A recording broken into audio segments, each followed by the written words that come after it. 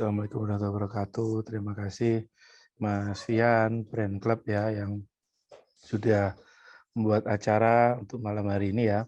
Ini kita sesi sharing santai aja karena mungkin materinya belum banyak yang tertarik gitu, belum banyak yang tertarik gitu ya. Tapi menurut saya penting gitu, menurut saya penting dan ini saya doakan juga nanti teman-teman akan sampai ke titik ini gitu karena kalau saya lihat kalau materinya tentang sales, marketing itu kan apa akan biasanya banyak tuh, biasanya banyak. Ya wajar sih itu dari gambaran peta usaha kalau saya lihat. Karena yang kebutuhan materi tentang sales marketing itu ada di bottom of pyramid gitu ya. Ketika kita sudah mulai growth, ya kita sudah mulai nggak sekedar ngomongin omset, kita ngomongin next levelnya. Nah itu mungkin nanti mulai kerasa nih. Jadi nggak apa-apa. Yang penting teman-teman, misalkan nanti belum sampai atau ada yang bingung nggak apa-apa, pelan-pelan karena saya juga belajar di sini gitu ya. Cerita sedikit tentang saya buat yang belum kenal, perkenalkan nama saya Auf gitu. Saya udah mulai bisnis dari 2000 resmi ya, resmi. Kalau cuma sekedar jualan-jualan aja sih mungkin dari SMP saya udah mulai jualan keliling gitu ya. Tapi kalau saya masukkan itu ke portofolio bisnis kok agak lucu aja karena saya cuma jualan keliling, jual chicken nugget gitulah. SMA jualan kaos ya karena kaos SMA saya SMA yang eh, senang banget jualan merchandise sekolahannya SMA De Brito. Dan saya mulai serius itu 2009-2010 ketika itu saya main AdSense gitu ya, Google AdSense, bikin blog banyak dan seterusnya. Hingga satu titik saya merasa ini ada yang nggak benar di sini dan saya lepas waktu itu saya jual website, saya jual apa namanya perusahaan lah saya bilang waktu itu ke orang lain gitu ya. Lalu mulai 2012 saya mulai mencoba bisnis yang offline.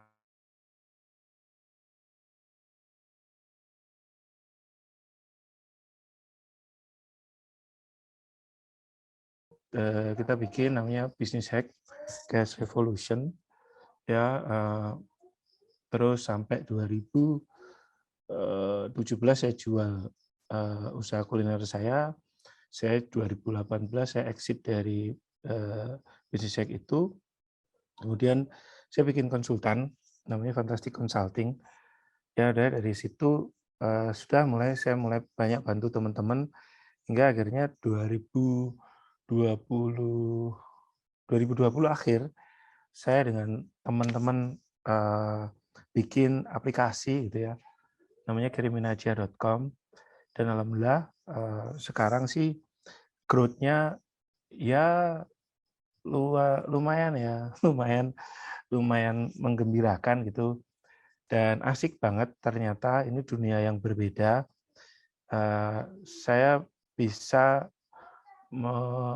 merasakan bagaimana bangun bisnis benar-benar dari nol ya hingga sekarang kalau dibilang kalau PKP itu udah PKP Mas Fian, jadi udah pajak dan lain sebagainya beres, good corporate governance kalau saya bilang. Secara pencapaian omset ya nggak ya sama lah sekarang sama brand yang mungkin sudah 19 tahun dan cabangnya udah banyak, karyawan udah ribuan gitu, kita karyawan masih ratusan tapi secara omset lah sama lah, alhamdulillah gitu ya. Dan ya karena saya merasa ini 1 tahun ini saya merasa ini ada dunia baru yang mungkin nggak banyak nih teman-teman berkecimpung di situ tuh.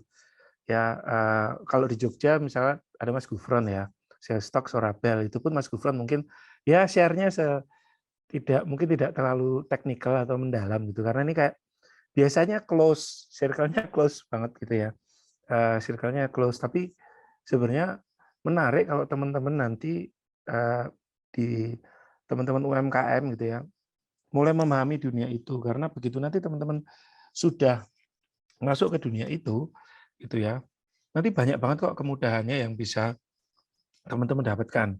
Ya, tidak harus startup teknologi kayak kami, tapi paling enggak cara bermainnya, ya kita bangun bisnis yang nilai bisnisnya atau valuasinya itu kalau kita nilai itu ratusan miliar gitu ya, bahkan kalau perlu triliun gitu ya. Nah, harapan saya pengen membukakan cakrawala ini karena saya juga terusik juga Mas Fian ada beberapa di luar sana ya yang dia sharing tentang product market fit lah, dia sharing tentang apa startup dan saya lihat background-nya sendiri tidak ada di situ gitu. Jadi kayak sebentar, ini kok dia background-nya dia tidak punya itu, tapi dia share itu. Nah, saya takutnya nanti ada beda nih antara kalau kita baca buku terus kita terangkan sama baca buku kita praktekin kita terangin. Nah, itu beda tuh. Nah, nanti itu yang sebenarnya semangatnya Mas Fian dan teman-teman semua yang pengen saya bagikan di sini. Ya, nah, oke kita langsung bahas ya. Apa sih pentingnya Mas bangun bisnis bervaluasi ratusan miliar? Karena ini menarik Mas Fian. Ketika beberapa waktu lalu saya dengan tim Kriminaja kita sharing ya dengan teman-teman komunitas gitu ya. Komunitas TDA sih kebetulan gitu. Ternyata apa masih banyak yang bingung juga gitu. Kok valuasi, ngapain sih valuasi gitu? Kan yang penting sales gitu ya Mas. Lah itu ternyata masih banyak yang mindsetnya seperti itu gitu. Nah padahal kalau kita sudah ngomong valuasi, sales itu include kok. Sales itu include dan teman-teman itu nanti nggak keringetan loh. Nggak keringetan ketika fokusnya di situ. Ketika kita bangun bisnis yang dia punya nilai gede, ya itu sales nanti akan ngikutin gitu. Bahkan kayak saya bilang tadi nggak keringetan, kirimin aja alhamdulillah 1 tahun ini eh, saya anggap sih nggak terlalu keringetan Mas Fian. Beda kayak dulu ya ketika kita gedebak-gedebuk lah buka resto atau bikin IO atau apapun itu ya. Nah ternyata ketika kita bermain seperti ini itu tuh jauh-jauh lebih asik lah, asik, seru, dan kita banyak belajar untuk pembenahan bisnis. Nah, saya akan bahas dulu nih, karena dulu ketika judulnya membangun bisnis bervaluasi 100M dalam waktu 1 tahun itu banyak teman-teman yang bingung gitu ya. Nah makanya malam hari ini saya pengen sharing dulu nih, apa sih pentingnya bangun bisnis bervaluasi ratusan M gitu? Apakah nggak lebih penting saya jualan aja gitu, sales aja gitu kan? Nah, saya pengen share di situ Mas Fian. Jadi di background-nya kenapa judulnya seperti ini? Apa sih pentingnya gitu ya? Nah, kita langsung bahas. Jadi ini beberapa saya kasih share. Ini beberapa brand ya yang mungkin teman-teman ada yang pernah dengar, tapi kemungkinan besar nggak banyak juga yang dengar tuh. Nah, ini contoh nih ada satu nih, Ula.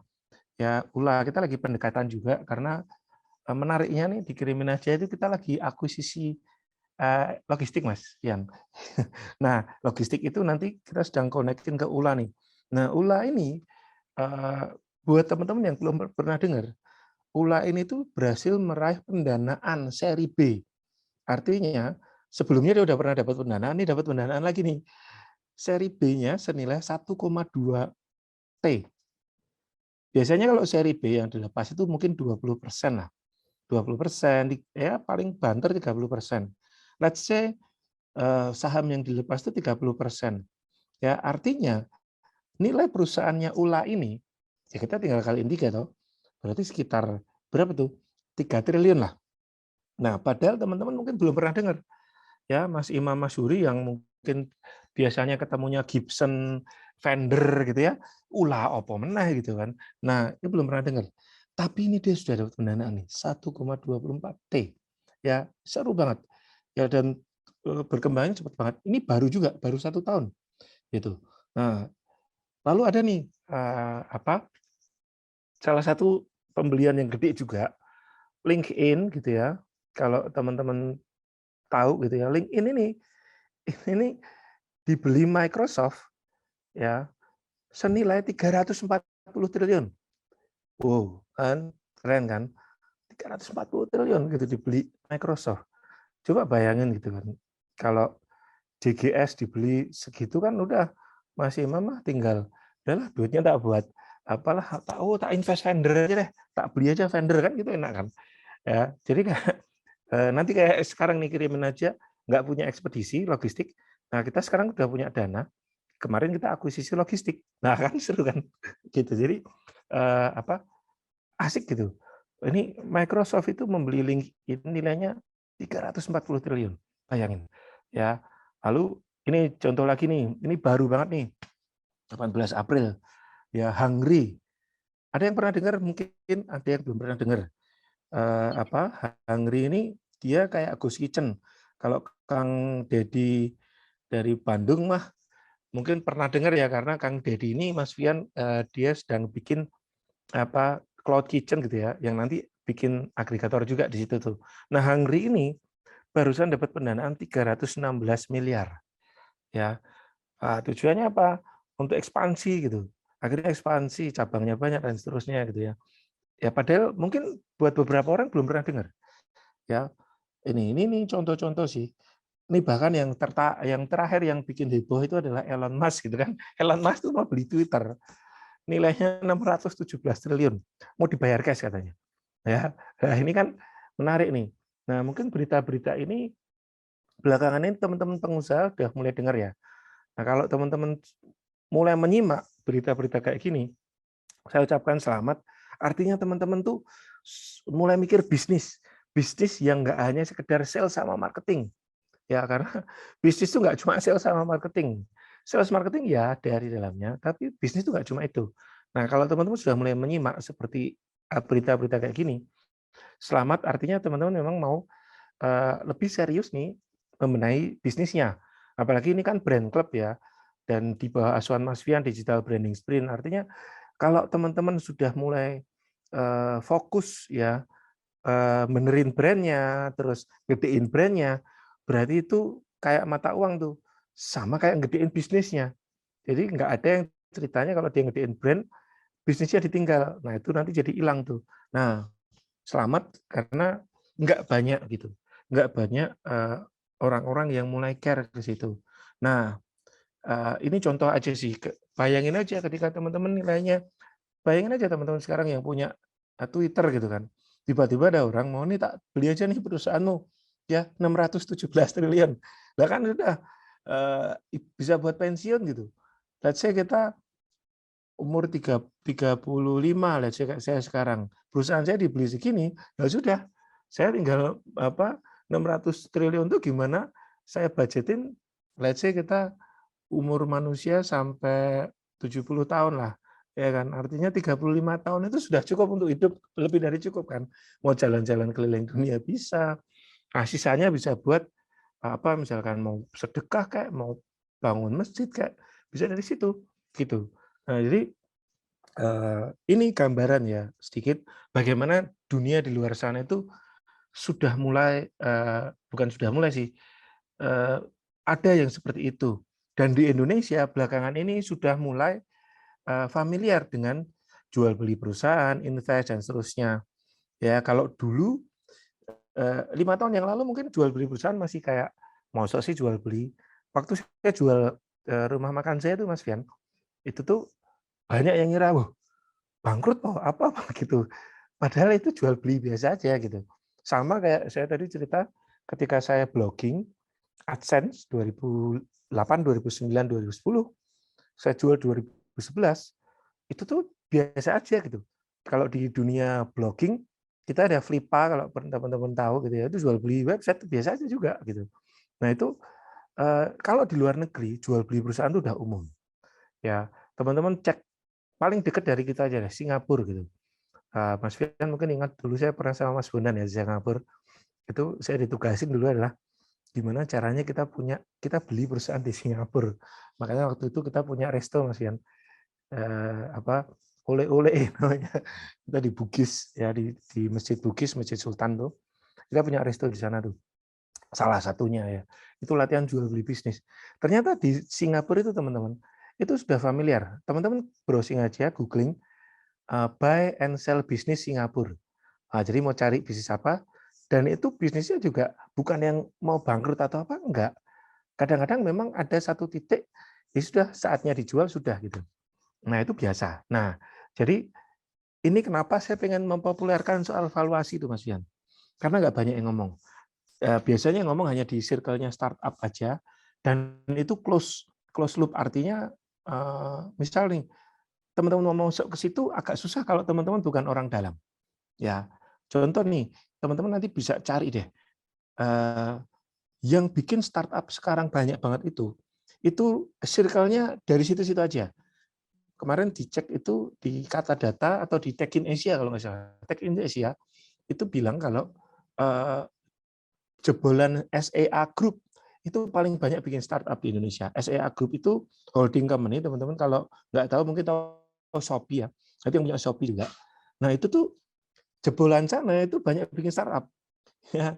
Dan teman-teman kalau ngecek dunia startup itu kita bisa eksponensial loh. Ya, eksponensial. Eksponensial tuh growth-nya kayak peng gitu. Bukan yang set gini tapi kayak tekrat gitu.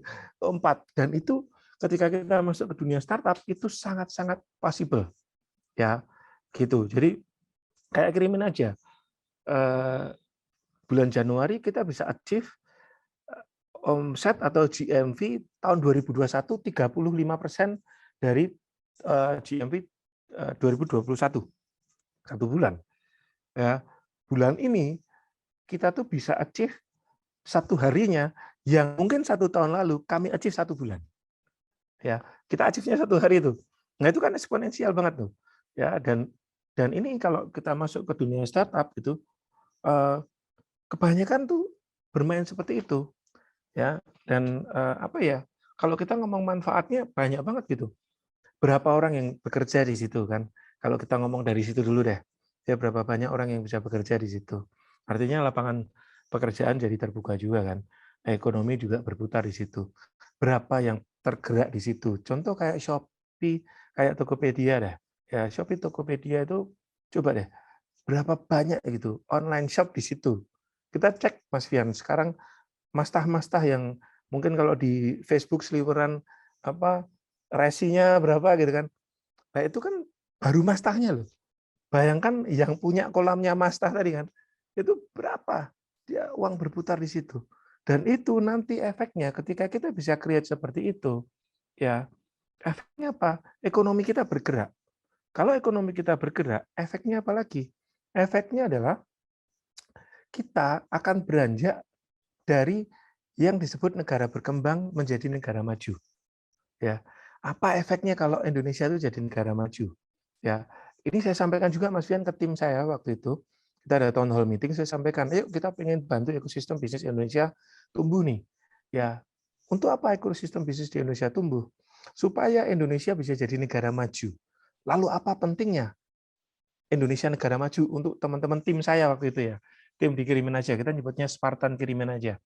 Apa pentingnya ketika Indonesia itu jadi negara maju untuk Spartan kirimin aja maupun untuk masyarakat Indonesia pada umumnya?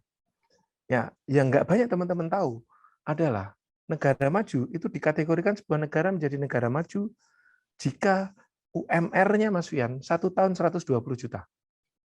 Artinya 1 bulan UMR-nya berapa? 10 juta. Nah kita lihat di Indonesia. Indonesia itu UMR paling gede Karawang tuh. Ya, 5 berapa nih? Ya, itu baru separuhnya loh. Dan kita lihat apalagi Jogja Mas Fian. Waduh, itu kan UMR-nya nggak itu kan, nggak sampai segitu. Nah, coba bayangkan kalau kita masing-masing itu orang-orang kita itu punya apa ya gaji yang nilainya 10 jutaan. UMR London itu teman-teman kalau nggak tahu, UMR London 1 bulan itu 30 juta UMR. Artinya kalau teman-teman sekarang punya pegawai yang gajinya UMR, nah kalau di London itu 30 juta tuh 1 bulan. Ya, ya, bayangkan levelnya kan. Ya, let's say kalau dikirimin aja itu yang kita salary-nya UMR itu level satpam Mas Fian. Nah, satpam di London itu satpam sama OB kalau dikirimin aja itu dia salary-nya UMR. Nah, satpam sama OB di London itu gajinya 30 juta. Makanya jangan heran, di Bali itu banyak bule, belum tentu mereka kaya-kaya juga. Ya kan? Bisa jadi mungkin mereka cuma OB di sana atau apa gitu kan. Tapi karena dia di sana gajinya 30 juta, ya, dia bisa saving, dia bisa oke nanti tak kumpulin terus aku akan jalan-jalan keliling dunia. Banyak loh yang kayak gitu. Nah, kenapa kok kita dari dulu nggak kayak gitu gitu? Nah, ini juga semangat yang saya bawa Mas Fian. Jadi ayo gitu, ayo kita bareng-bareng kita tumbuh bergerak ya untuk apa fungsinya nanti supaya negara ini jadi negara maju.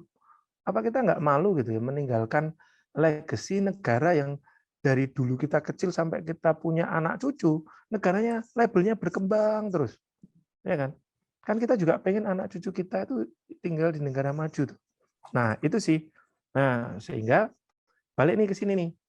Kalau teman-teman melihat seperti ini artinya sebenarnya market kita itu sedang bagus-bagusnya nih. Ya, dan ini jadi pisau bermata dua. Ketika market sedang bagus-bagusnya, apakah kita akan jadi penonton saja, ya, atau kita juga akan jadi orang yang ikut berperan di situ, berperan serta di situ. Nah, sehingga kita ke pembahasan ya, apa sih pentingnya punya bisnis bervaluasi tinggi? Ya, nomor satu yang mau saya tekankan adalah bisnis kita, usaha kita akan punya prinsip namanya good corporate governance. Nah, kalau tadi Mas Fian ngomong sama tentang Pak Budi Isman ya, Pak Budi itu nggak mau masuk ke sebuah bisnis kalau tidak beres satu pajaknya, ya. Terus dia tidak punya keinginan untuk arah good corporate governance. Ya, jadi kami di Kriminaja, alhamdulillah kami sudah pakai praktekin good corporate governance company. Ya. Good corporate governance itu prinsip-prinsip yang diterapkan perusahaan. Fungsinya apa? Memaksimalkan nilai perusahaan, meningkatkan kinerja kontribusi perusahaan, menjaga keberlanjutan perusahaan secara jangka panjang. Ya, kenapa? Kok kita ngomong seperti itu? Kalau good corporate governance, Mas Fian dan teman-teman, kita harus compile sama kebijakan pemerintah. Contoh, sekarang kan THR harus 100% kan, ya. Kalau kita good corporate governance, mau nggak mau kita harus ngikut, ya kan.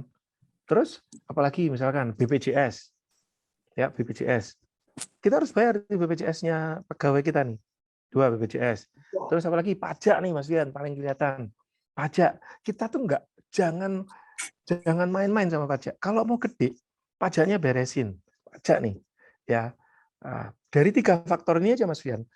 Kalau kita sudah mikir good corporate governance dari awal, ya mindset kita udah gimana nih perusahaanku itu perusahaan yang good corporate governance gitu ya. Nah, ini dari sini itu kita bisa misalnya Mas, tadi kan ada pajak, ada BPJS, ada apa tadi THR ya. Tambah lagi Mas Ian, gaji itu harus UMR, ya kan? 4 nih. Nah, ini kan komponen fixed cost ya di dalam perusahaan nih, ya kan? Artinya kalau kita sudah mindset kita udah oke, aku mau bisnisku good corporate governance. Sehingga gampangnya gini, kita harus mulai mikir harga jual produk kita atau apa namanya transaksi jasa kita yang nanti bisa mengcover ini dong. Ya enggak? Kita akhirnya mulai mikir di situ. Ketika kita mulai mikir di sini, mau nggak mau, kita kalau kita ngomong kaitannya sama marketing, kita harus bangun brand. Iya atau iya? Karena kalau bangun brand, itu kita punya nilai lebih tinggi toh. Ya, sehingga nanti ketika nilai apa jual kita, misal nih JGS gitu kan, jual gitarnya itu harganya sudah bisa 1 gitar bisa mengcover tidak hanya HPP, tapi juga pajaknya ke cover, terus apanya lagi BPJS karyawan ke cover, karyawan juga bisa UMR, ya kan? Nah, ini kan kita akan kasih harga yang memang wajar gitu. Wajar, win-win, tidak hanya ke pembeli tok, tapi penjual yang punya produk itu juga bisa. Ya. Nah, dengan good corporate governance ini juga gini menariknya. Let's say kita ngomong UMR dulu deh. Kalau teman-teman salary timnya belum UMR, ya, dan teman-teman bilang, aku bikin bisnis tuh karena aku pengen mensejahterakan orang. Ya, pertanyaannya adalah bisa nggak teman-teman hidup dengan uang kurang dari UMR? Misal UMR Jogja berapa sih? 21 lah. Ya. Lalu ada nih teman-teman punya karyawan yang gajinya let's say dalam rangka efisiensi atau apapun lah namanya, gajinya 1,5 misalkan. Nah, saya challenge nih, kalau teman-teman bisa menggaji orang dia 1,5 dan teman-teman bikin bisnis itu pengen mensejahterakan orang, ya kan? Bisa nggak hidup 1,5? Nah, kalau bisa, ya sudah, gitu ya, silakan. Tapi kalau nggak bisa, nah ini harus mulai dipikirkan lagi nih, ya. Karena ketika kita mulai good corporate governance, kita mulai tuh bikin standar-standar, ya kan? Bikin standar-standar yang compile sama aturan pemerintah, gitu. Dan aturan pemerintah kan dibikin untuk mensejahterakan bersama kan, gitu. Jadi itu aja deh, itu dari dulu itu dulu. Nah, kalau kita bisnis kita nilainya tinggi, valuasinya tinggi, ya kita bisa menjadi perusahaan yang good corporate governance. Ya, enaknya lagi nanti teman-teman, kalau kita sudah good corporate governance, ya ini akan memudahkan kita satu corporate value-nya naik, ya kinerja keuangan itu juga naik, ya meminimalisir resiko keputusan investasi mengandung aturan kepentingan. Karena kalau sudah good corporate governance, kita ini ada transparansi juga nantinya. Ya, akan dicek gitu ya. Kita harus transparan di situ. Artinya fair loh kalau perusahaan itu transparan, itu fair kan. Lalu meningkatkan kepercayaan investor, tercapainya stakeholder satisfaction ya akibat peningkatan corporate value dan dividen perseroan. Jadi gampangnya gini Mas Fian, kalau kirimin aja itu kan mengelola uangnya teman-teman nih. Ya, let's say kayak Mas Imam nih, usernya kirimin aja. Teman-teman bisa cek di websitenya kirimin aja, pojok bawah sebelah kiri, waduh kayak Ustadz Adi Hidayat ya, pojok bawah sebelah kiri, itu tuh di situ kita jelas nama PT-nya jelas. Artinya perusahaan kami itu PT bentuknya. Artinya secara hukum kita sah, ya kan? Ya, bayar pajak, ya. Terus di situ alamatnya jelas. Bahkan kemarin saya nulis tentang Kominfo. Kalau kita aplikasi yang dia kaitannya sama e-commerce, Mas Fian, itu harus terdaftar resmi di Kominfo. Ya, itu di pojok kiri sebelah bawah, kirimin aja ada. Ya, artinya kami ini resmi loh. Ya, teman-teman bisa bandingkan. Saya nggak akan sebut merek. Teman-teman cek aja deh. Yang mirip-mirip kirimin aja. Kalau itu di situ nggak ada, artinya hati-hati. Kenapa? Karena nggak ada jaminan hukum. Ya nggak? Kayak PT tadi. Kalau kirimin aja, itu PT. Teman-teman bisa nuntut kok PT. Kita di Kominfo juga ada nih. Ya kan? Teman-teman bisa nuntut di situ juga. Alamat jelas, kantor jelas, bahkan kita sering posting nih orang-orangnya bla bla bla. Nah, ketika seperti itu, secara branding Mas Fian, ya brand itu kan lebih trust ya. Mas Imam itu jadi lebih yakin nih user kirimin aja. Bahkan kemarin kita makan-makan ya Mas Imam ya, bubar di kantor kita undang juga gitu. Artinya kami bukan aplikasi bodong yang kayak yang kemarin lagi ngetren tuh Mas Fian, yang apa pakai B itu ya. Nah itu nggak seperti itu. Nah ketika kita bisnis kita itu good corporate governance, ya itu nanti enak banget. Kita nggak perlu kayak menutup-nutupi gitu ya. Semuanya jelas, transparan dan seterusnya. Ya ketika kita good corporate governance, ya nanti enak banget aksesnya. Ya ini jadi pentingnya yang pertama adalah kita good corporate governance. Artinya saya mau posting masalah misalkan ini valuasi bisnisku sekian, saya nggak takut sama pajak. Lah karena saya udah bayar, ya kan. Artinya kalau saya bayar pajak, saya kan punya hak juga untuk pakai jalan, punya hak untuk marahin menteri, itu kan karena bayar pajak.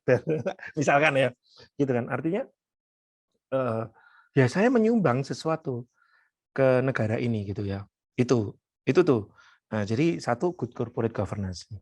Terus yang kedua, ya ini yang paling kelihatan. Ketika kita punya bisnis valuasinya tinggi, ada peningkatan nilai investasi pemegang saham. Ya, kayak sekarang nih Mas Fian. Kemarin ada yang mau beli saham saya Mas Fian, dikirimin aja. Ya, angkanya sih lumayan sih kalau tak tuker ya lumayan lah dapat dapat mobil yang sport-sport loh. Gitu. Tapi saya belum mau lupa sih. Padahal nilai yang saya invest mungkin nggak segitu Mas Fian. Gitu. Kirimin aja kita mulainya juga nggak gede-gede juga kok. nggak yang wah ini mesti dimulainya ratusan M sehingga valuasinya ratusan M, enggak dong, nggak gitu juga. Kita nggak sampai segitu juga mulainya. Bahkan cuma hitungan ratusan juta lah paling. Itu artinya semua orang bisa mulai juga. Nah, ada peningkatan di situ. Saham saya sudah ada yang mau beli gitu ya. Mungkin yang dulu investasi kami cuma ratusan juta, sekarang sudah ada yang mau beli gitu ya. Yang itu nilainya kan ratusan M gitu. Nah, ini kan cepat banget gitu dalam waktu 1 tahun ketika kita perform ternyata nilainya juga naik. Ya kayak mungkin teman-teman yang main saham mungkin ngamati ya. Belakangan ini Antam itu lagi naik itu, sahamnya Antam ya kan. Bukan emasnya ya, sahamnya Antam lagi naik. Ya salah satunya kalau nggak salah karena dia sedang mulai invest ke teknologi ion kalau nggak salah, baterai atau apa itu. Nah, sehingga orang mulai berburu tuh sahamnya Antam gitu kan. Karena saya ada portofolio Antam. Nah, jadi ada peningkatan nilai investasi kita, ya kan. Selama ini kan kita invest ke bisnis kita kan. Sudah dicek belum investasi kita itu meningkat atau enggak gitu. Nah, kalau meningkat, ya alhamdulillah, ya kan. Artinya memang perusahaan kita juga growth di situ. Gitu. Nah, ini yang kedua nih. Pentingnya punya bisnis bervaluasi tinggi adalah adanya peningkatan nilai investasi pemegang saham. Dan kalau teman-teman beberapa ya di dalamnya itu juga happy kok, ya happy ketika si A dulu itu bantu aku, misalkan ada yang bantu support dulu mungkin cuma 10 juta, terus sekarang nilai sahamnya sudah naik jadi 1 miliar gitu kan, misalkan kan happy juga. Kamu boleh, aku kita udah cukup nih, kamu boleh kalau mau exit, kita menggantikan nilainya dia yang 10 juta jadi 1 miliar kan happy juga dia, gitu ya, misalkan. Ya itu, jadi pentingnya yang kedua adalah peningkatan nilai investasi pemegang saham. Kemudian yang ketiga adalah pentingnya punya bisnis bervaluasi tinggi adalah menarik investor. Ya banyak teman-teman UMKM yang selalu bingung, aduh, aku nggak punya duit ketika mulai dan seterusnya. Nah, kalau kita punya bisnis yang valuasi tinggi, ya kita akan menarik nilai investor. Ini sedikit bocoran Mas Fian. Kirimin aja itu habis dapat unlimited kredit dari Sendit Mas Fian. Jadi kita tuh Facebook Ads kalau mau digas, kita sudah punya Sendit itu nyiapin dana unlimited di situ. Ya, bukan invest ya, tapi dia bahkan nyiapin dana. Ini kamu tak kasih kredit, terserah ini mau dipakai apa. Dari Sendit tuh kita pakai. Kemarin awalnya kita dikasih free 500 juta tuh Mas. Itu kan enak banget ya. Dan 500 juta itu bisa kita pakai tuh. Bantu juga nih teman-teman yang pakai kirimin aja, ya ada transaksi-transaksi yang coba kita bantu di situ. Itu pakai itu gitu loh. Nah, ini karena apa? Karena bisnisnya nilainya tinggi. Sehingga orang kayak, udah nih tak taruh di sini, ngefeknya ke dia juga banyak gitu kan. Sendit itu bahkan ngasih kreditnya Mas Bian itu tanpa bunga. Tanpa bunga. 500 juta kemarin tanpa bunga. Dan ini kita disiapkan lagi unlimited ya dana. Tapi bentuknya kredit Sendit ya. Teman-teman tahu Sendit ya. Nah, itu tuh bisa kepakai tuh untuk iklan Facebook, untuk apalah gitu. Intinya dipakai untuk itu tanpa bunga, Mas. Tanpa bunga. Coba kalau teman-teman ke ke bank itu kan 500 juta itu kan harus dicek dulu ada BPKB yang dijaminkan, enggak ada surat tanah. Lah ini enggak, tanpa bunga. Kita udah habis kemarin 1 bulan 500 juta dari Sendit gitu. Nah, ini nih. Enak banget nanti. Jadi pendanaan kita kayak asik gitu. Asik ya. Kemudian pentingnya yang keempat adalah mempermudah mendapatkan orang-orang terbaik dalam tim. Ini real story Mas Fian. 2 minggu yang lalu, CMO-nya Lion Parcel itu ngelamar Mas, kekirimin aja Mas. CMO Mas. Lion Parcel, bayangkan. Oke. Beberapa dari Ninja, ya area manager gitu-gitu ngelamar Mas. Ya, ini saya dapat satu area manajernya Ninja gitu ya. Pindah nih, besok mulai masuk nih. Ya, itu saya karena nilainya tinggi, saya bisa dapat orang-orang terbaik nih dalam tim. Bisa milih. Saya sedang beli break nih Mas Fian. Ini sedikit bocoran ya. Salah satu senior creative director salah satu agensi yang lumayan di Jogja untuk masuk ke kita nih. Dan dia kayak memang pengen jadi part of us gitu. Gitu. Nah, jadi kenapa? Karena kita apa ya? Ketika teman-teman masuk ke kami itu mereka melihat ini ada future nih. Sehingga mereka trust di situ. Lah CMO lain loh, Mas. Ngapain coba? Ya, pindah ke sini. Bahkan ada orang-orang yang memang yang kayak gitu banyak Mas di tempat kami gitu ya. Ada orang-orang yang apa ya mungkin punya bisnis itu juga ikut juga. Bahkan saya punya tim yang dia itu punya hotel, Mas. Punya hotel masih kerja gitu tempat kami. Nah, itu. Jadi ketika teman-teman sekarang kesulitan mencari tim terbaik, jangan-jangan bisnisnya itu nilainya nggak tinggi. Ketika nilainya tinggi, itu kayak milihnya gampang. Oh ini nih, ini nih, gitu. Ya, gitu. Jadi yang keempat ini nih pentingnya. Kemudian yang kelima adalah mudah dapat fasilitas baik dari pemerintah maupun swasta. Ya, kirimin aja kerjasama sama si Bakul, Mas. Dari Pemkot Jogja, marketplace-nya, kita dikasih dana 1,2 M, Mas, untuk ongkir. Bayangin, Mas. Ya, jadi teman-teman yang pakai kayak Mas Imam tuh kalau ngirim gitar pakai si Bakul, Mas Imam, itu nanti itu ada subsidi ongkir dari pemerintah. Coba bayangin, pemerintah itu punya dana yang mereka bingung bagaimana ngasihnya. Karena kalau teman-teman cek marketplace-nya Pemkot, kan beberapa ada nih, kalau di Jogja si Bakul, di Kulon Progo itu Bela Beli kalau nggak salah, Gunung Kidul ada lagi, ya itu tuh kalau di pemerintah itu kan bikin marketplace kan ini ya hanya untuk ini loh aku bikin marketplace programku jadi cuma itu toh. Tapi kadang-kadang dananya nyalurinnya gimana gitu. Karena marketplace-nya kadang-kadang dipakai buat transaksi nggak bisa, Mas. Nah, itu akhirnya disalurkan ke kami tuh 1,2 M. Coba bayangin, bagaimana kami bisa bantu nih teman-teman. Oke, yuk sini 1,2 M nih, free ongkir. Ya kan? Kita nyalurin sudah kemarin Mas, 1,2 M. Itu pun nggak habis Mas Yan. Saya bingung juga. Artinya dari 1,2 itu kami kemarin cuma bisa menyalurkan 800 juta. Kenapa? Yang ngerti programnya si Bakul itu nggak semua orang loh. Ya kan? Ya kan Mas Imam mungkin juga baru tahu ini kan. Ya, padahal user kirimin aja. Tapi itu nanti di si Bakul sih. Nah, artinya kita dipercaya, dikasih fasilitas loh sama pemerintah 1,2 M. Ya, kenapa? Karena bisnisnya nilainya tinggi.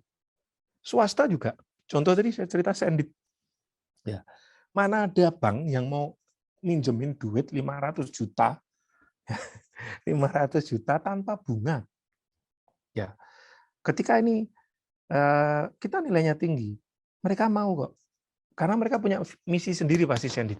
Kita melihatnya mereka mau gedein valuasi juga. Jadi disuplai ke kami tanpa bunga supaya dananya tersalur. Nah, let's say nggak seperti itu, teman-teman bisa lebih mudah ke perbankan, misalkan yang konvensional aja ya. Perbankan lebih mudah karena nilainya tinggi, trusted, gitu ya. Fasilitasnya macam-macam enak kok, gitu. Kita ini juga bahkan kemarin Mas saya ditawari Bank Mandiri ya. Mas kalau mau kredit apalah bunganya apa 0% bisa gitu. Karena mereka melihat oh ini perputarannya bagus dan seterusnya.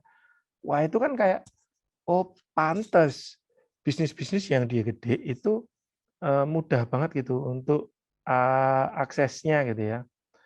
Untuk melakukan apapun karena tadi fasilitasnya dari mana-mana.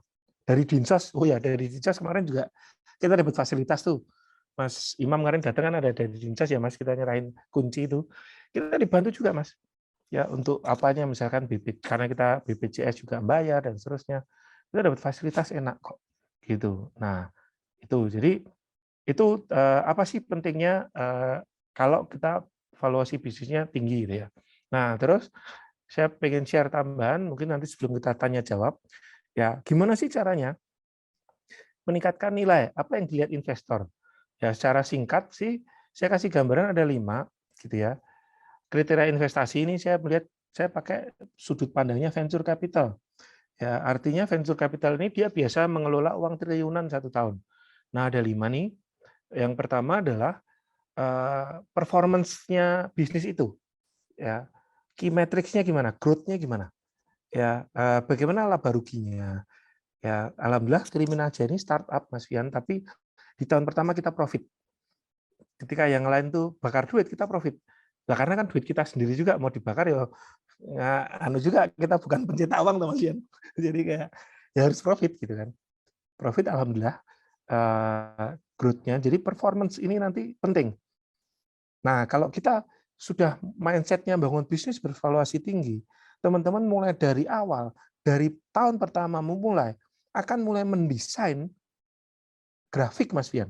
Saya dulu mendesain grafik, Mas Fian. Di bulan ini saya akan sekian, di bulan ini akan sekian, di bulan ini akan sekian. Dan itu akhirnya kita akan mengerahkan seluruh energi untuk achieve itu. Gitu. Gimana caranya biar kita achieve gitu. Ya karena yang kita lihat jangka panjangnya. Bukan sekedar wis aku jual nek laku untung nek enggak ya wis. Ya wis nek kebenet akun Facebookku aku tak buka workshop misalnya ya agak gitu juga gitu kan. Itu kan yang sekarang banyak terjadi. Nah, jadi performance key metrics-nya teman-teman itu dilihat tuh gimana. Terus yang kedua yang banyak nggak dicek sama teman-teman adalah potensial market. How big is the market? Seberapa besar marketnya? Ini juga diajarkan Pak Budi, Mas Dian, tentang kalau kita mau masuk ke sebuah bisnis, sebaiknya kita ngecek industrinya, gitu. Sedang growth atau enggak? Gampangnya gini. Tadi saya cerita Kriminaja itu apa namanya? Kita nih nggak keringetan. Kenapa? Karena kita nadahin air di tempat yang hujannya deras, Mas Dian. Ya, sehingga yang beda halnya kalau kita nadain air di tempat yang lagi kemarau tuh. Ya kan? Wow, itu kepanasan doang kita nggak dapat airnya kan. Nah, sehingga yang nomor 2 ini nanti investor, venture capital, PE itu akan lihat nih marketnya seberapa gede toh, growth-nya seperti apa. Ya, biasanya mereka akan lihat 5 tahun ke belakang, 5 tahun ke depan atau sampai 10 tahun ke depan. Ya, lalu siapa aja pemain lama di market itu. Nah, kebetulan kalau ketika Kriminaja mulai kompetitor kami langsung itu nggak banyak, Mas Ian. Bahkan mungkin bisa dibilang belum ada. Ya, yang kayak kami persis. Oke, yang agregator murni kayak kami persis belum ada. Gitu. Sehingga potensinya masih gede gitu. Nah, yang ketiga adalah produk. Produk ini kita ngomong produk market fit. Ya, artinya apa? Bener nggak ini produk market fit? Karena kalau gini, kalau kita bisnisnya nggak produk market fit, itu akan susah di scale. Ya, contoh kasus kemarin ya kejadian kita belajar dari guru kita Ustadz Yusuf Mansur gitu ya. Saya butuh 1 triliun gitu kan. Ya PayTrend itu mungkin kayak beberapa tahun lalu kan kayak mungkin banyak yang pakai ya. Tapi secara produk PayTrend itu ketika kejadiannya kayak sekarang dia itu nggak masuk produk market fit. Sehingga harus dipush produk market fit itu ketika kita nggak perlu terlalu ngiklanin, orang datang karena memang butuh. Contoh produk market fit, kita ngalami nih, masker. Masker itu kan ketika kemarin pandemi awal, itu produk market fit banget kan. Orang butuh masker, kemana masker, hand sanitizer, itu produk market fit. Ya, nah produk market fit nanti di situ ada intellectual property-nya gimana, ya, lalu distribusi, lalu partner. Lalu partner itu artinya yang memproduksi ini siapa nih, misalkan kita ada produksi gitu kan. Lalu teknologi, bagaimana ada teknologi yang di dalamnya yang membuat produk itu bisa lebih cepat dideliver. Ya, ini kriteria ketiga nih produk. Yang keempat prospektif upside ya. Prospek hingga startup atau UKM itu usaha itu mampu IPO. Ya. Kenapa kok prospeknya dilihat dia mampu IPO atau enggak? Ini terserah teman-teman mau IPO atau enggak. Tapi gini, ketika syarat untuk IPO itu ribet ya. Ribet. Kita harus diaudit oleh akuntan publik gitu ya. Dan kalau mau ngaudit, contoh ya,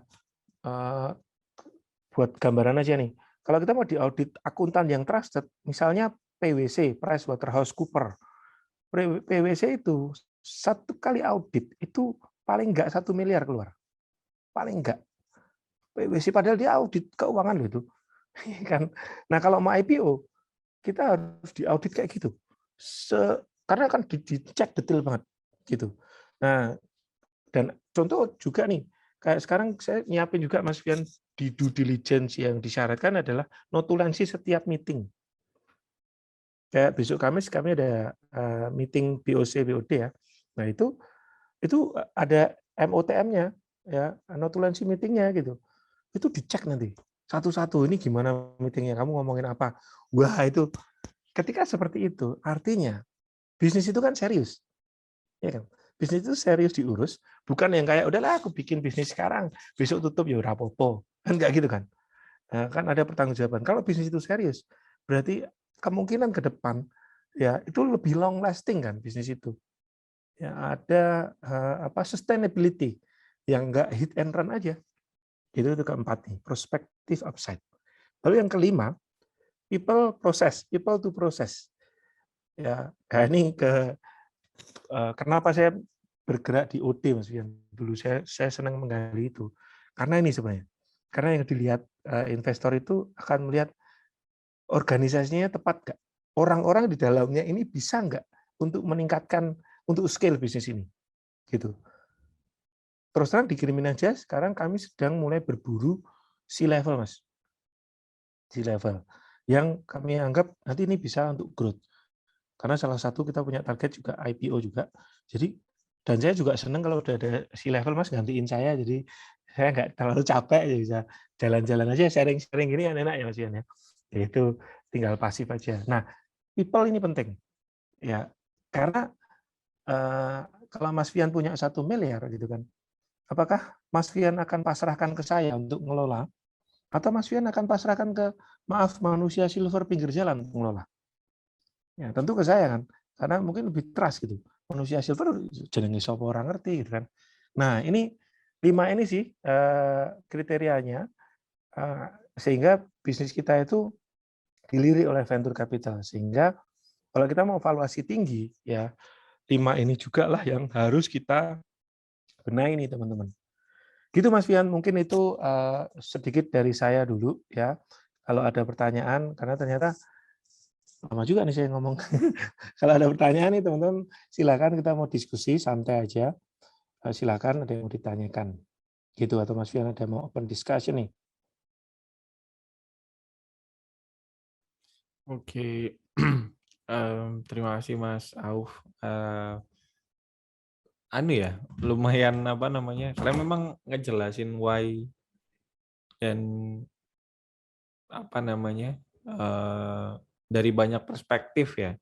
Ya, Artinya kan kalau karena saya memahami dalam perspektif branding itu kan salah satu goal ya, objektif dari kan yang umum-umumnya kan orang atau banyak pakar menyebut bahwa salah satu ultimate goal dari proses branding itu kan adalah step pertama mungkin trust gitu ya.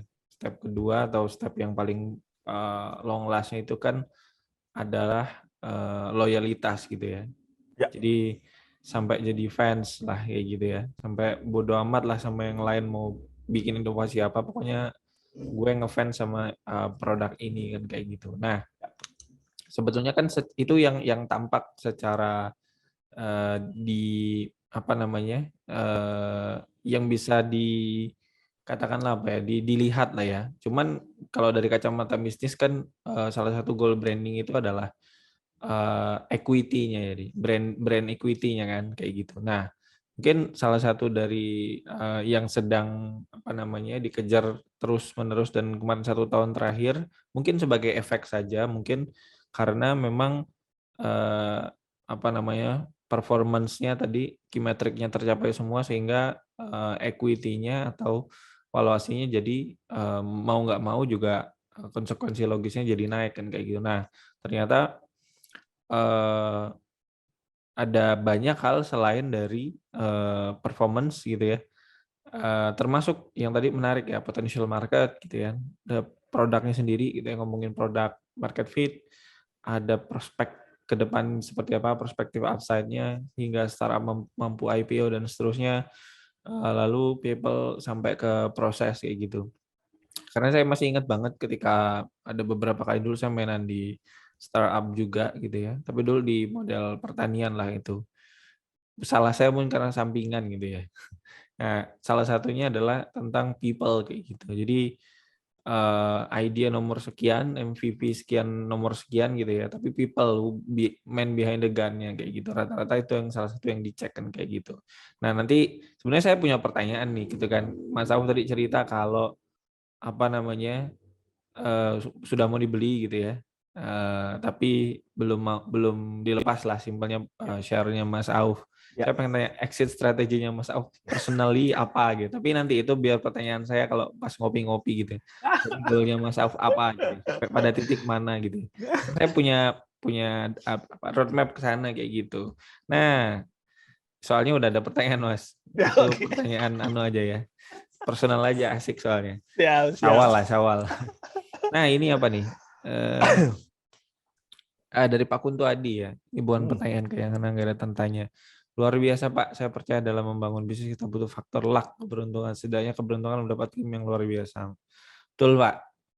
Kalau saya menambahkan mungkin salah satu yang luar biasa besarnya itu adalah faktor momentum kalau menurut saya sih ya.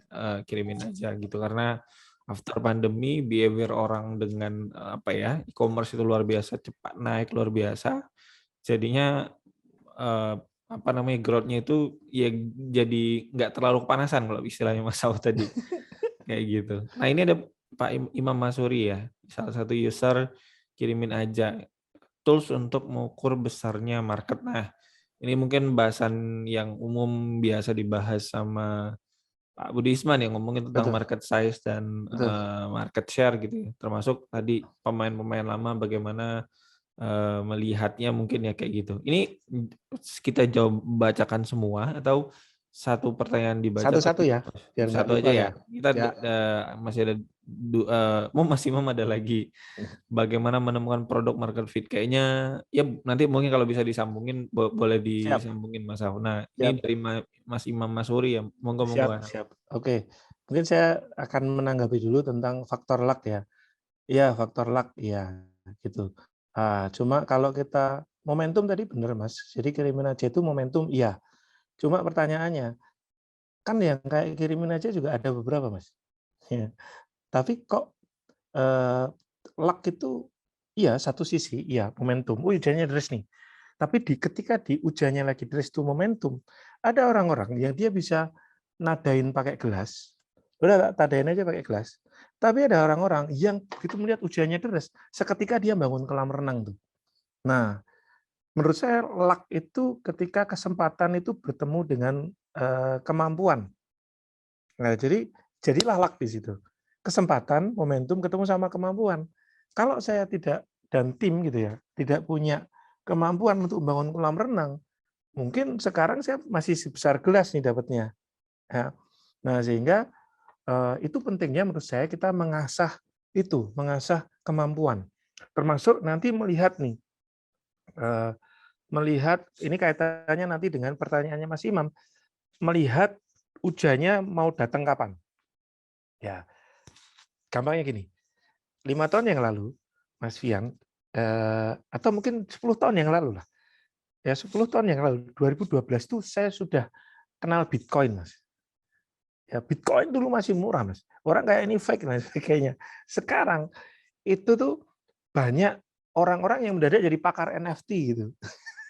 Yang dia baru tahu mungkin kan, NFT nih gini-gini. Lalu mulai dia pembicara NFT bla bla bla. Tapi dia mungkin baru tahu gitu. Nah, itu ada delay trend namanya.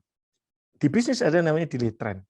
Nah, kaitannya sama tadi pertanyaannya Mas Imam nih, apa kalau kita mau ngomong besarnya market, ya saya biasanya ngelihat satu nih, ada delay trend nggak di situ? Ya, contoh tadi Bitcoin. Bitcoin itu 10 tahun yang lalu itu sudah mulai nih, tek, tek, tek, tek, tek, tek. Tapi sekarang eh, boom banget gitu kan, nilainya gede banget gitu kan.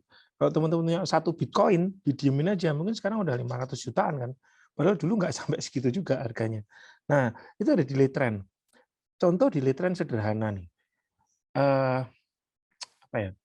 Misalkan es kepal Milo atau jangan es kepal Milo deh, minuman kekinian tuh kayak Haus ya. Haus itu mungkin booming di Singapura ya. Seingat saya itu ketika tadi Mas Fian, saya pas sama Mas Bondan lagi ada games di Singapura waktu itu dulu tuh booming gitu loh. Minuman kayak Haus itu. Itu kan berarti sekitar 2016-an lah. 2016. Sekarang 2021, 2022. Boom, minuman kayak gitu. Ada delay trend. Ya, biasanya delay trend itu dia dari negara maju atau daerah yang lebih maju masuk ke negara berkembang atau daerah yang sedang berkembang. Contohnya lagi, ya misal di Jogja itu lagi ngetren coffee shop. Mungkin kita sudah mulai muak nih di Jogja sama coffee shop karena banyak banget. Tapi mungkin sekarang, let's say di second city kayak misalkan apa ya, Nganjuk, ya, or kayak di Brebes, itu baru muncul nih Euphoria Coffee Shop Tegal gitu. Euphoria Coffee Shop baru muncul. Padahal kalau kita di Jogja itu udah kayak, kita jalan dikit coffee shop. Dan di kota-kota yang second city, dia mulai growth. Nah, itu di lead trend. Nah, kaitannya masalah luck tadi. Luck itu ketika kesempatan ketemu kemampuan. Nah, kita punya kemampuan nggak kaitannya sama pertanyaan Mas Imam, mengukur besarnya market adalah kita bisa nggak melihat delay trend-nya. Ya, contoh kayak kirimin aja. Mungkin kalau kirimin aja itu muncul di 2018, itu kita nggak kayak sekarang. Kenapa? Infrastrukturnya belum siap. Contohnya lagi nih, perusahaan yang dia munculnya kecepatan. Teman-teman ingat nggak dulu? Semoga ini ada yang mengalami ya. Zaman dulu itu ada alat namanya PDA, ya gede banget tuh PDA itu ditunul-tunul gitu kan. Dulu itu kayak wah gitu kan, tapi nggak berkembang si PDA ini. Padahal itu PDA itu kan kayak smartphone kan, kayak BlackBerry, ya kan. Kenapa PDA itu nggak berhasil? Karena kecepatan, infrastrukturnya belum jadi, dia jadi. Ya, sama kayak sekarang teman-teman masukkan segala sesuatu yang butuh 5G, nggak bisa masuk di Indonesia. Atau apa deh, mobil listrik, sepeda listrik mungkin sudah ada nih, sudah mulai nih. Mungkin sebentar lagi mobil listrik nih. Ya, tapi kalau mobil listrik mungkin 2 tahun lalu itu nggak masuk.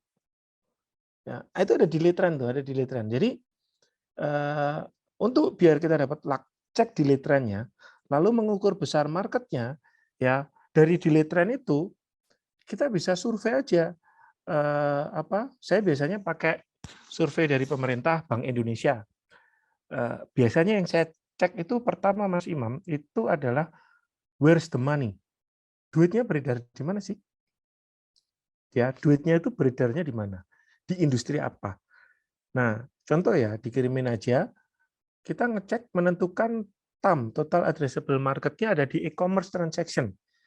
Duit yang ada di e-commerce. Dan biasanya kalau kita sudah ngomong duit, kan kita kan bisnis kan ngomongin duit kan, artinya yang dicek itu duitnya itu lagi di mana sih? Nah, itu dicek. Misal kalau kami ngeceknya e-commerce, padahal kirimin aja kaitannya erat sama logistik kan. Kenapa kami nggak ngecek duit di logistik? Karena memang kami nggak ke situ. Kami kalau kirim aja main kayak logistik, ya yang kita cek adalah duit yang beredar di logistik. Artinya, kalau duit yang beredar di logistik, itu tidak hanya teman-teman yang main e-commerce dong, yang jualan online. Ya kan? Mungkin Pak D saya yang ngirim paket, itu juga masuk tuh ke situ. Tapi saya nggak di situ tuh. Nah, sehingga kalau kita ngomong mengukur besarnya market, satu kita cek dulu nih duitnya sekarang lagi beredar di mana, ya. Caranya gampang, cek BI biasanya ada laporan. Ini industri ini industri ini, industri ini. Di situ ada duit beredar berapa. Lalu yang kedua, kita mau ngambil niche atau positioning yang mana nih? Ya, contoh sayur box. Ya, teman-teman kalau nanti bisa dicari ya sayur box. Sayur box ini dapat pendanaan 1T. Itu pun tadi saya mulai mikir juga, bagaimana dia bisa scale. Padahal sayur box itu sayuran organik. Ya, dia aplikasi untuk langsung dari petani ke user tuh. Tapi dia dulu sih khusus organik, saya nggak tahu sekarang. Dan biasanya yang habitnya user yang pakai itu di kota-kota besar. Karena malas keluar dan seterusnya. Nah, saya nggak tahu nih ketika dia disuntik 1T lalu dia mau expand Indonesia, saya nggak ngerti habit beli sayuran di aplikasi atau secara online itu sudah kebentuk belum? Ya, contoh nih, pol mentok nih istri saya kalau beli sayuran itu online-nya lewat WhatsApp. Yaitu apa? WhatsApp tukang sayur. Pak, besok bawa ini nih, itu online-nya hanya itu aja. Ya kan? Nggak sampai install aplikasi. Nah, itu delay trend juga toh. Sudah siap belum marketnya? Nah, jadi nanti dicek positioning-nya. Aku mau ngambil positioning apa? Kayak kirimin aja. Kita positioning-nya bukan di logistiknya, tapi kita positioning-nya ngambil pain yang ada di logistik itu apa sih? Oh, ternyata COD. Nah, itu kan positioning. Cek situ. Nah, itu dari situ nanti baru kita cek berapa banyak nih orang yang COD. Kayak di contoh dikirimin aja itu e-commerce transaction waktu itu kita cek 2020 itu 260 triliun. Lalu positioning yang kita ambil COD itu 73% dari total. Artinya kalau kita rupiahin 150 triliun, ya dari 150 triliun itu baru kita targetin berapa persen kita mau menguasai dan untuk berapa lama. Jadi waktu itu kita targetin oke deh 5% 2023. Nah ternyata 5% dari 165 triliun itu 8 triliun mas. Dan ini enaknya ketika kita lihat industrinya segede itu, kita itu enggak, kita kan selalu mencari cara gimana kita dapat marketnya, bukan mencari alasan, wah ini marketnya udah habis. Biasanya kan gitu. Cuma kan saya kemarin ketemu beberapa teman-teman yang dia internet marketers itu ya. Ini produknya udah saturated, ini begini, ini sudah habis, habis oke, habis itu dia lihat nggak sih duitnya di situ beredar berapa. Kalau hanya karena ini tak iklanin belum laku, oke, apakah dunia hanya sesempit Facebook gitu kan? Ya itu kan jadi rancu juga gitu. Nah itu jadi dicek di situ mas, niche-nya kita ngambil niche apa, lalu kita cek berapa banyak orang yang ada di situ, kalikan aja rata-rata transaksi, namanya ekstrapolasi data. Dari situ nanti jadi tahu ada gambaran, oh ternyata marketnya sebesar itu. Gitu, itu ya jawaban dari Mas Imam untuk pertanyaannya Mas Imam yang pertama. Gitu Mas Yan. Oke, gimana nanti mungkin kalau Mas Imam mungkin ya agak spesial ini. Kayak sering nih ngobrolnya, habis makan-makan segala macam gitu. Lah VIP lah Mas. Wah, iya. Ini Ini tuh ini menarik.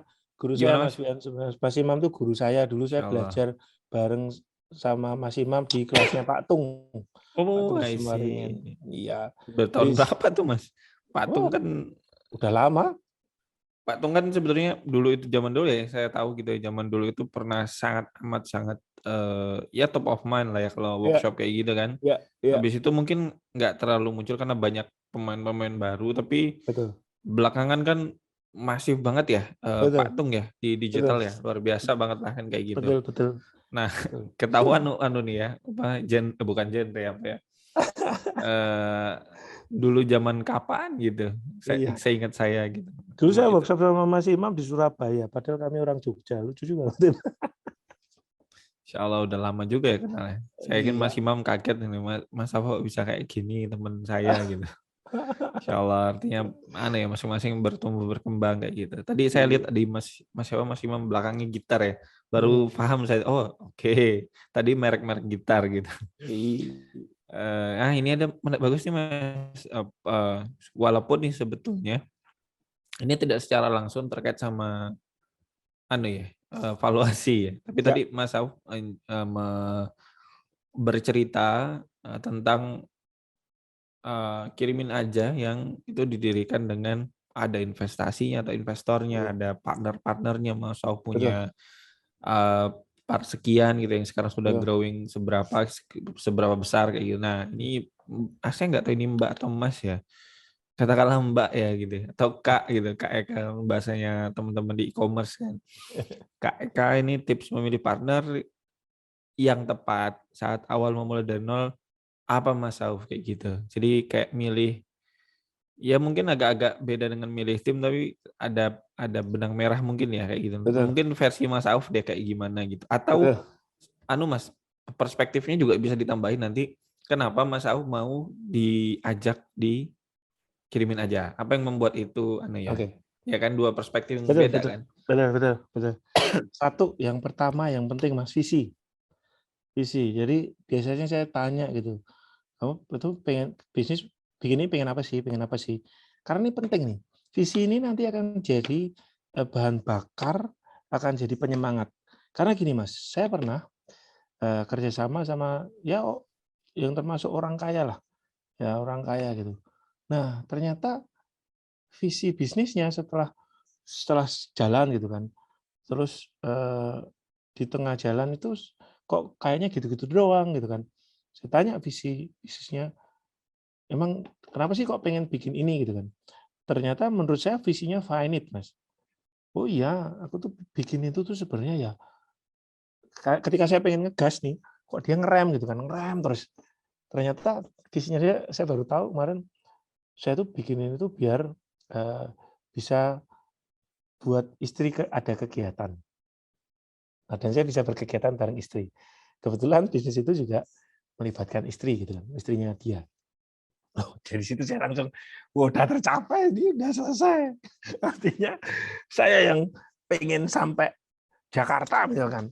Nah ternyata partner saya itu cuma pengen sampai Purworejo. Saya ajak aja, ya aku udah sampai tujuan, kamu ya sendiri aja kan. Jadi kayak, oke. Nah ini visi penting. Jadi kalau milih partner, tanya aja, dia pengen kayak apa sih? Atau kalau pertanyaan yang agak frontal, seberapa lapar dia dengan visi itu? Maksudnya gini, kayak dikirimin aja nih, kita punya visi secara umum ya, untuk bisnis, untuk, kirimin aja sendiri kita punya visi sendiri, ya. Tapi untuk masing-masing itu ketika saya tanya, "Kamu pengen sampai mana? Kamu pengen sampai mana?" Menyamakan tujuan kereta nih. Nah, teman-teman itu, partner saya, itu melihatnya ngomongnya sudah IPO, ya, exit strategi, jual beli bisnis, oh oke. Nah, ini menjawab pertanyaan Mas Fian tadi, exit saya di mana gitu kan. Saya itu terus terang, saya kan mengidolakan Pak Sandi Uno, ya kan. Nah, salah satunya kenapa, eee, gini, saya dulu dikasih tahu guru saya bisnis gitu ya, "Kalau mau kaya itu kamu jual beli properti, tapi kalau kamu mau super kaya kamu jual beli bisnis." Ya. Nah, Pak Sandi Uno itu tuh kan jual beli bisnis. Ya kan, dia punya saham tuh di Adaro sekarang kan, sahamnya naik tinggi banget tuh. Dan orangnya tuh, ya udah akhirnya bisa mengabdi juga untuk negara kan, gitu. Nah, saya punya arah ke situ. Saya pengen, belajar jual beli bisnis, itu. Oh, belajar jual beli bisnis, tak kira arahnya mau jadi menteri, Mas. Oh, belum kepikiran sih Mas kalau menteri ya. Tapi tapi lebih ke bisnisnya kayak Pak Sandi tuh, jual beli kita lihat kita benerin, kita jual gitu kan. Nah, ternyata kalau kita ngomong arah, saya searah nih, visinya sama nih kayak teman-teman, walaupun mungkin titik pemberhentiannya sendiri-sendiri. Karena bisnis itu kan angkutan umum ya, ya semua orang boleh berhenti di manapun gitu kan. Tapi yang penting arahnya sama. Nah, saya melihat visi ini penting. Jadi untuk KEK ya, KEK itu kalau milih partner, carilah yang visinya sama, satu arah. Nggak harus sama plek, tapi satu arah. Karena nggak mungkin akan sama plek. Karena gini nanti, manusia itu dia nggak akan pernah loyal sama perusahaan, dia hanya akan loyal terhadap mimpinya. Saya kenapa masih, di sini gitu kan, karena saya pengen mewujudkan mimpi saya tadi, ya gitu. Nah, visi, yang pertama visi, yang kedua agak teknikal nih. Partner yang tepat menurut saya, satu selain dia punya nilai-nilai yang beririsan, nggak sama 100%, tapi beririsan sama kita, itu secara attitude, behavior, karakter ada irisannya sama kita, itu lebih enak. Tapi juga selain beririsan, partner yang tepat menurut saya adalah yang lebih jago dari kita di bidang selain kita. Nah ini sedikit teknikal nih Mas. Di Kirimin Aja itu kan kita ada saya, ada Mas Faris, ada Mas Rizal, ada Mas Jepon, ya, terus ada Pak Budi kan. Nah, eh, Mas Faris sama Mas Jepon ini jago IT, ya. Mas Rizal ini jago marketing.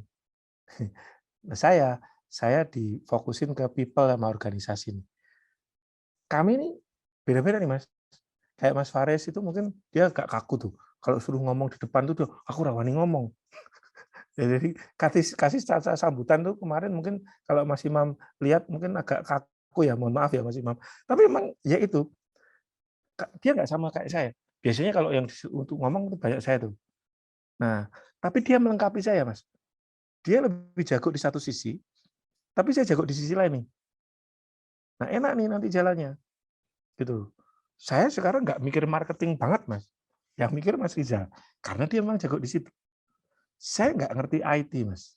Terus terang. Kemarin tuh ada yang nanya, kamu servernya pakai apa? Saya tuh, lupa. Aku malah sampai sekarang aku nggak ngerti aku pakai server apa, kirimin aja. Apa pakai cloud atau apa, aku juga nggak ngerti. Baru mau tak tanyain juga sih. Aku sampai nggak merhatiin itu, Mas. Saking aku fokusnya ke bidangku. Jadi yang kedua tadi, pilih yang dia punya nilai-nilai beririsan dan skill serta karakter yang melengkapi kita. Ya, kalau bisa dicek misalkan DISC itu. Kalau kita mau DISC misalkan kita nggak ada C-nya nih. Nah, cari orang yang ada C-nya. Ya, jangan sama-sama D dikumpulin semua. Nah, nanti nggak ada yang ngalah juga di situ. Itu sih menurut saya itu. Lalu kalau kita ngomong mulai dari nol, ya saran saya juga, dan ini banyak pengusaha gede juga mulainya senangnya dari nol, adalah cari partner yang ketiga yang punya koneksi. Jangan cuma punya uang, karena uang gampang. Ya, contoh ya, kirimin aja di awal-awal itu, ini mungkin sedikit bocoran ya, rahasia kami. Di awal-awal itu kami tuh nggak punya uang untuk mendanai, kayak masih mau COD, kita mau danai gimana, gitar harga berapa kan, kita juga bukan pencetak uang, tapi kami punya koneksi. Koneksinya siapa? Pak Nurul Atik yang punya Rocket Chicken. Itu kan, Pak ini pinjam dana dong, dia pinjemin tuh. Nah itu koneksi. Enaknya koneksi itu kita jadi kenal si ini, si ini, si ini, si ini. Nah partner kita punya nggak koneksi itu? Kalau punya koneksi lebih enak. Pak Budi nih, saya yang deketin tuh. Jadi koneksi juga kan, ya kan. Waktu itu saya ketemu sama Mas Gufron, koneksi. Ada yang koneksinya sama. Tadi kita barusan diskusi sama OCBC NISP, venture-nya OCBC NISP. Itu karena koneksi juga. Gitu. Jadi yang ketiga adalah pilih partner yang tidak hanya sekedar punya uang, karena uang gampang, tapi punya koneksi. Saya juga nggak ngira saya akan ngomong uang gampang tuh sekarang akan ngomong gitu, enggak Mas. Mungkin kalau dulu awal saya mulai bisnis, gimana dapat modal ya? Tapi ternyata kalau kita punya koneksi, modal itu unlimited. Gitu. Jadi 3 itu tipsnya Kak Eka, menurut saya untuk memilih partner yang tepat. Satu, visi. Yang kedua adalah value-nya dia sama enggak, ada irisannya enggak sama kita, serta dia kemampuannya melengkapi kita enggak. Yang ketiga adalah dia punya koneksi siapa aja. Gitu, karena itu akan sangat membantu nanti. Gitu, semoga menjawab. Oke, mantap Mas. Kalau kata Kak Eka yang sampai malam ini masih belum terjawab ini Mas apa Mbak itu, tapi Kak ya. Nah ini AMH ini sudah ketebak ini kalau apa Ustadz namanya nih kayaknya. Ustadz ini pastinya gitu ya. Ustadz biasanya Ini beliau ini juga aktivis ya, luar aktivis biasa di mana-mana dakwahnya gitu ya. ya. Yang visinya, value-nya, koneksinya. Kita kalau langsung nginget beliau gitu udah tahu 3V, 2V dan 1K ini apa gitu. Jadi kalau mau cari apa, inget beliau, Masya Allah. Jadi begitu pentingnya visi, value, dan koneksi. Dan kalau menurut saya, bagusnya beliau ini, Pak AMH, kalau ini Pak saya nyebutnya, atau Ustadz gitu, adalah brand activation ya gitu. Kalau menurut saya satu lagi terakhir mungkin semua ini gitu ya, semua ini itu butuh apa namanya?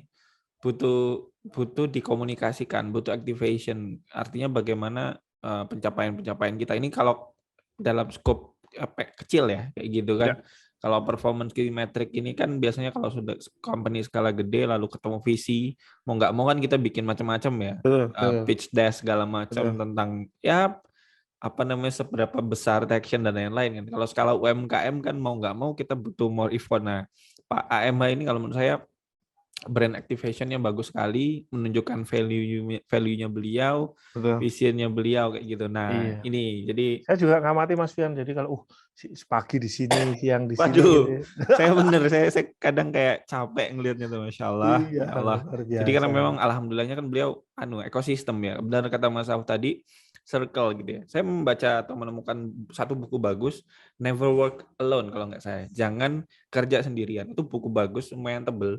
Ini menurut saya seri berikutnya atau seri yang lain, buku yang harus dibaca selain tentang negosiasi, Mas. Jadi ini tentang kalau Pak Wowi itu kan bilang ya, Pak Wowi mengutip dari buku yang mana gitu ya, tentang Hmm, sukses itu kan value dikali network kita gitu ya. betul, Network betul. atau apa namanya, katakanlah circle kita ya, simbolnya kayak gitu. Nah, menurut buku ini menarik.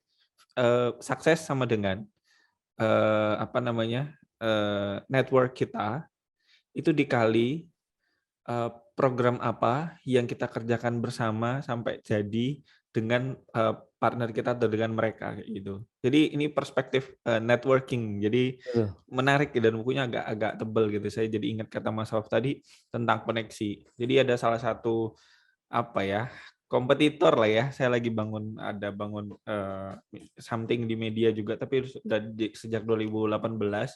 Saya kaget ini media ya. Saya kaget kenapa 2017 langsung gede seed funding gitu ya, media di parenting lah. Ternyata beliau ini ketika sharing di acara ITB kemarin itu Mas, dimasukin dana seed funding dari Hard Rock FM Network. Hmm, Jadi kan tuh jaringannya gede dari sejak betul, lama, punya tabloid segala macam kayak gitu. betul. Jadi waduh, makanya saya tertarik banget ini Mas, materi malam ini itu saya punya something di sana juga kayak gitu. Jadi lumayan rada nyambung ya. Dan ini Siap. kebetulan 5P ya. Ya, Performance, potential market, product, prospective upside, people, sampai proses. Mungkin apa namanya? Begitu dulu ya, teman-teman semua pada malam ini. Saya dijadwalkan, di sharing, diceritakan sama Mas Auf setengah jam cukup. Wah, ini udah sampai jam berapa nih? Setengah 10, Masya Allah gitu ya. Sampai masih ada pertanyaan ya, masih pada nyimak dan malah nambah ya kan. Ini udah jadi 16 orang gitu ya, keluar masuk. Masya Allah, termasuk ada beberapa teman-teman yang join terakhir. Insya Allah kita ada rekamannya. Mungkin ya Mas, terakhir ya Mas, apa namanya, apa yang kira-kira mungkin Mas Au sampaikan, katakanlah, ini kan bisa jadi ini teman-teman yang memang bukan startup, jelas ya. Kalau saya menebak ya, saya nggak tahu ya apa memang apa namanya intensi teman-teman, motif teman-teman untuk join pada materi atau topik yang sangat kurang populer. Ini menurut saya agak berani ya. Saya mengiyakan Mas ini agak berani. Kelihatan kalau Mas Auf ini tadi ketika ngomongin people gitu ya, DISC segala macam, vibrasinya agak berbeda gitu, agak bersemangatin kayak gitu. Beda dengan yang awal kayak gitu. Karena memang expertise beliau, nah iya kan kayak gitu. Nah, saya nggak tahu apa intensi teman-teman, mungkin ada yang beberapa dari startup atau semacamnya, atau mungkin kebanyakan UMKM. Nah, untuk teman UMKM nih Mas, apa namanya, dari studi kasus atau dari pengalamannya kirimin aja gitu ya, apa yang sebetulnya bisa dititipkan buat teman-teman UMKM lah, ya, apa namanya, dari cerita 1 tahun kirimin aja inilah versi Mas Au. Sekalian siap, menutup ya Mas, di siap, akhir apa namanya, webinar malam ini. siap, siap. Jadi menurut saya yang pertama adalah ilangin mindset UMKM sih. Karena saya juga mungkin juga UMKM sebelumnya gitu kan, bisnisnya UMKM dan seterusnya. Nah, kata-kata itu membatasi banget gitu loh. UMKM usaha mikro, kecil, menengah gitu. Nah, ilangin mindset itu, mulai sekarang jangan ngomong saya ini UMKM, enggak. saya ini startup gitu aja. Karena startup itu sebenarnya definisinya kalau di luar itu bisnis yang baru mulai, gitu aja. Dan kalau bisnisnya teman-teman sudah jalan, jangan ngomong UMKM deh, ya ngomong aja, ini aku punya usaha gitu. Udah, karena itu kata-kata itu mengkerdilkan sih menurut saya, itu dulu. Ya dengan menghilangkan UMKM, teman-teman mulai berpikir bagaimana aku membangun bisnis, bukan membesarkan UMKM. Karena UMKM sendiri dari definisi kata usaha mikro, kecil, menengah itu sudah kerdil dari definisi. Gitu. Sehingga karena dia kerdil dari definisi, dia nggak berani melihat sesuatu yang besar. Gitu. Mindset-nya nggak berani ke mindset corporate. Nah, itu mindset-nya penting banget. Karena memang banyak, Mas, yang saya temuin beberapa circle gitu ya, yang mungkin dia orang kaya gitu ya. Itu tuh ya sudah, akhirnya ketika membangun bisnis, ya yang penting aku sudah kaya, udah selesai gitu. Nah itu akhirnya bisnisnya saya lihat ya nggak berkembang. Ada satu titik dia nggak berkembang. Nah sehingga mulailah dari mindset itu, mulai sekarang jangan sebut diri teman-teman tuh UMKM, sebut aja aku punya usaha atau aku startup gitu boleh juga gitu. Startup nggak harus yang teknologi juga nggak apa-apa ya, tapi intinya jangan gunakan kata-kata UMKM dan mulailah pakai mindset mengembangkan bisnis ala corporate. Berpikir kalau kata Coach Fahmi itu berpikir di operasi besar. Nah, itu kan sebenarnya di situ. Ya. Itu paling dari saya karena dari situ nanti ngaruh semuanya. Gitu Mas Fian. Oke, mantap. Insyaallah keren banget Mas Auf tadi ya, beberapa materinya tadi. Ya mungkin kalau ada teman-teman apa namanya tertarik untuk dibedah ini secara bisnis model, secara prakteknya untuk apa namanya detail-detailnya di area people dan proses, lalu tentang brand apa istilahnya ya, brand prosesnya kayak gitu. Brand brand Club kebetulan ada event gitu ya. Nanti mungkin apa namanya di-share di grup atau yang tertarik mungkin kami bisa berikan informasinya. 3 kali webinar membahas yang ini kayak gitu. Karena seperti kata Mas Au tadi gitu ya, kita belajar dari kisah sukses dan failed-nya. Ya pasti 1 tahun itu kan fail-nya juga pasti juga banyak yang Betul, betul, behind the story kan kayak gitu betul. ya. Kayak product Dan market fit tadi pertanyaan yang belum betul terjawab. pastinya. Wah, itu juga proses menemukannya juga enggak yang langsung Betul, jadi. betul sekali, betul sekali. Mencari market yang pas saja kan. Oh ini bukan marketnya, ini market yang main marketnya dan seterusnya juga pastinya. Apalagi mungkin ada beberapa hal terkait people, bongkar pasangnya juga pasti gede banget ya. Partner mungkin juga nggak yang dari pertama sampai sekarang Betul, semuanya bertahan survive gitu betul. ya. Sekian dari teman saya juga dikirimin aja juga nggak survive kayak gitu. Saya mungkin juga mungkin nggak survive juga ya. Tapi Iya, itu iya. mungkin hanya bukan perkara jago nggak jago atau Ya, kapabilitas, mungkin visi aja kayak gitu yang betul. oh ternyata udah memang visi saya mungkin agak berbeda dan seterusnya kayak gitu. Tapi saya dapat pembelajaran yang luar biasa malam ini teman-teman, dan insya Allah akan dikupas di apa webinarnya eh, Brand Talk ya. Saya nanti informasinya akan saya share di apa namanya grup Bisa Chat saya jika tertarik atau bisa melihat informasinya di Facebook-nya Mas Auf kayak gitu. Sekali lagi terima kasih untuk Mas Auf dan teman-teman semuanya yang berpartisipasi malam ini. Alhamdulillah tidak ada apa namanya ya, kekurangan teknis ya. Biasanya tuh selalu ada aja gitu ya terkait masalah webinar gitu ya, Zoom atau apa gitu ya, jaringan ya apa gitu ya.